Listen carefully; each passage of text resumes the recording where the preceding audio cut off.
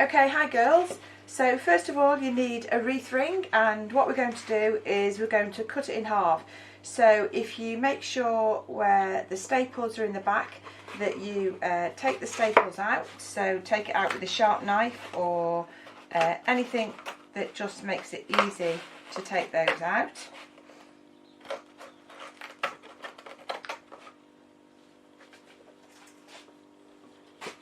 And then what you're going to do is one of the sides, whichever mate you get, this is a Smithers Oasis one, sometimes they're straight, sometimes they've got a zigzag in.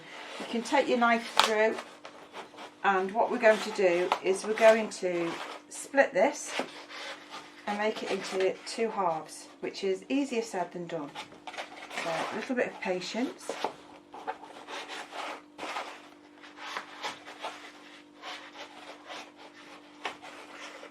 And then if you take your knife across near enough the opposite side and go through, a little bit of pressure, and you'll be left with two halves. And we're going to create an S-shaped design for the table for Easter. Once that is cut, you then notice that it's got a thick part of Oasis for putting your flowers into, and the bottom part is like a sponge. So what you do then is you fill a bucket or a sink and just drop it in and just leave it to soak for a few minutes and then take it out. And then what you're going to do is you'll need maybe 25 of the laurel leaves, or even a camellia if you've got it in the garden. And if you start on one edge and just start pinning it, so just dressmaking pins will suffice. So if you can try and make sure that you overlap so that you've got no gaps showing, and then just pin wherever you overlap. So we just carry on and try and make it as even as possible. Try and make sure that you sift your leaves so that all of your leaves are of similar size or near enough, and then just place one over the other and pin, and you pin into the plastic part of the Oasis wreath rather than into the Oasis. The actual pins will adhere and hold the leaves in place. So just carrying on right till we get to the end. You might notice that not all of mine are exactly the same, but it's just to give you an idea, and try and get all your leaves so that there aren't any imperfections in them, no little holes that little bugs have gone in and eaten anything, and it just gives a nice clean line.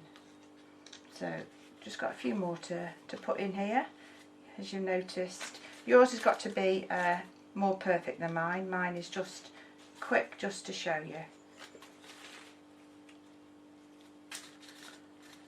So if you want to measure all your leaves before you start and cut them, then you can do that, but for quickness then this is just as good. Make sure you've got a really good pair of floristry scissors, which cuts through the foliage a lot cleaner than any pair of normal scissors. So we just take that last one and just take it slightly over the edge and overlap it, pin that, and then I've got a really good sharp pair of Japanese scissors, and I'm going to just trim those leaves off. As I said before, you can do this. If you've got really large leaves, you might find that one leaf can be cut in half. So, oops, extra pin required in that one. So as you can see, you've created a nice collar. And then what you need then is some spray chrysanthemums, roses, some of the little flowers off the laurel, and I've got some spray carnations here as well, trying to link them all together.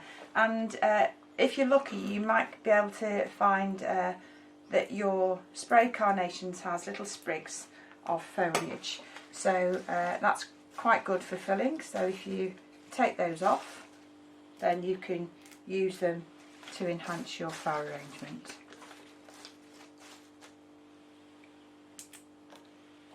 And then what I've done is I've been into the garden and just picked a little bit of foliage filler, and this is some of the Pittosporum, a very small leaf foliage, but you can use Hebe, even choicier would be quite nice.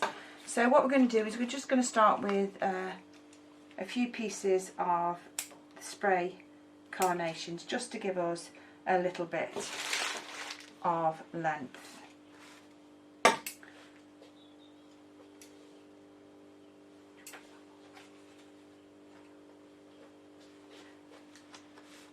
Okay, so we want this one to come out a little bit, so we're going to extend that by using some of the spray carnations. So if you take the side shoots off, so that you're left with one or even two small buds, which will open quite nicely after a couple of days. So we're just going to graduate these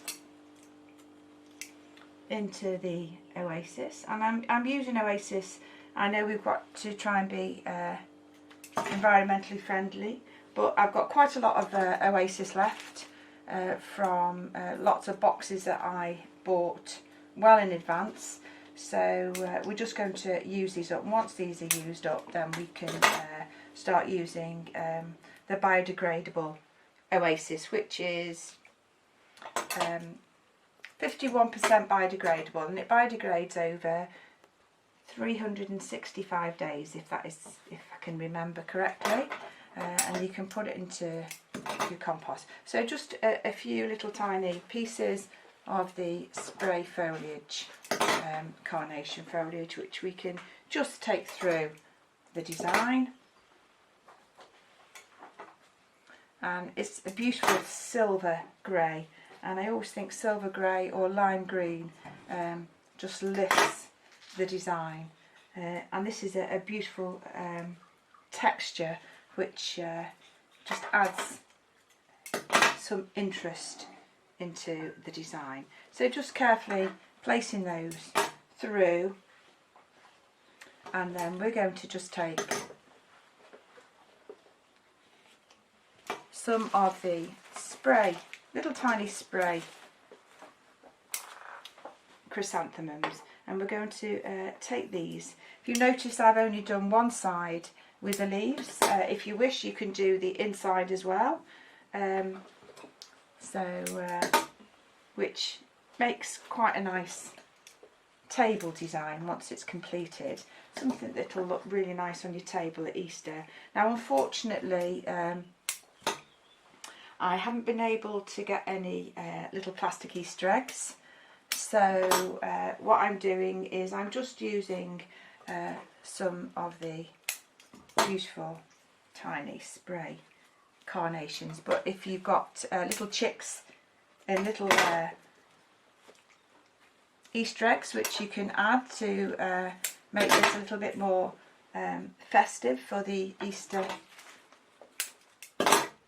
table, then that would look really nice. A few little Easter eggs would just make it more interesting for children as well,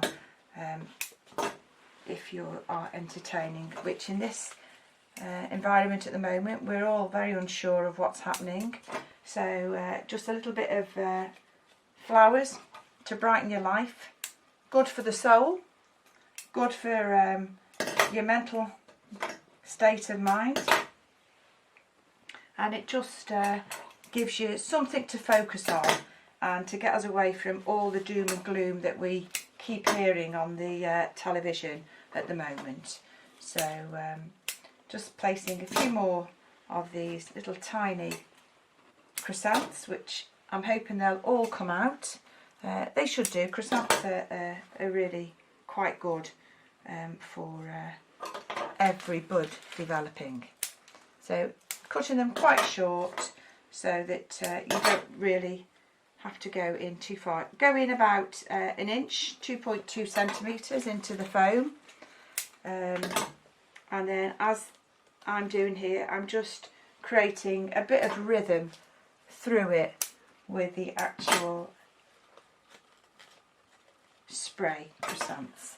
I'm going to take just a few little tiny aqua roses, so just taking off the guard petals.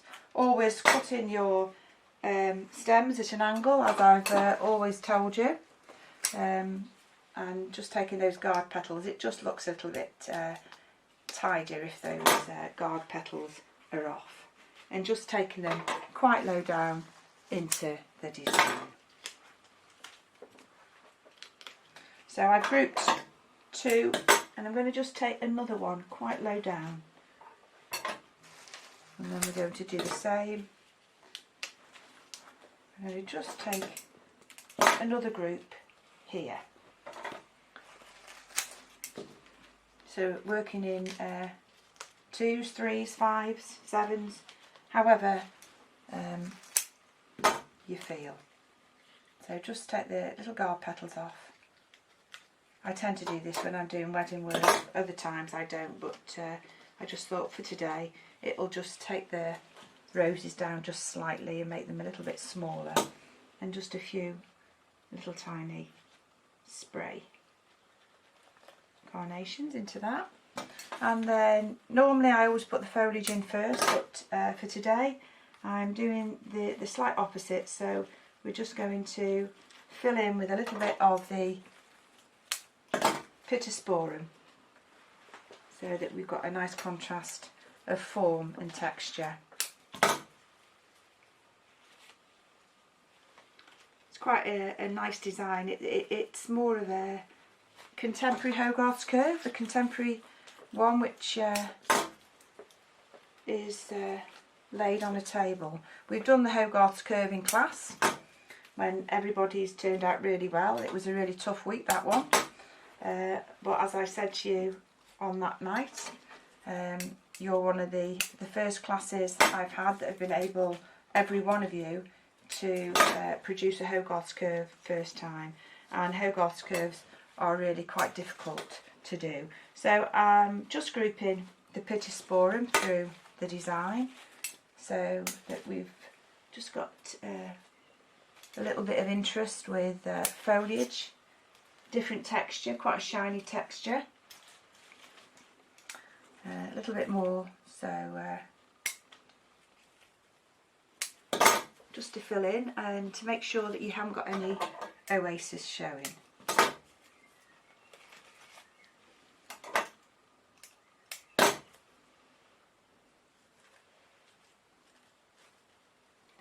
And then we've got a few of the little tiny flowers that will hopefully come out. These are just the flowers of the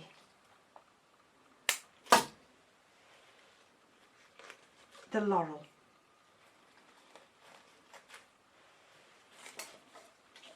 And then what I'm going to do, just to show you that you can make it look a little bit more appealing for a table centre. So I've just done that half, but I've already previously done, I can just see a little bit of oasis there, so let's just fill that up with some more of these beautiful spray chrysanthemums. And I just thought, as we're self-isolating and having to stay indoors, it's quite nice to be able to do something for yourselves. So I'm just going to show you how this is completed. I've already done one in the Blue Peter fashion, And what I've done with this one, just slightly differently, this is, I've completely forgotten what it is, Tillandsia xerographica, and it's a plant that died, so I've just kept a couple of pieces. Now really, to create harmony, that should be in the other side as well, harmony and rhythm.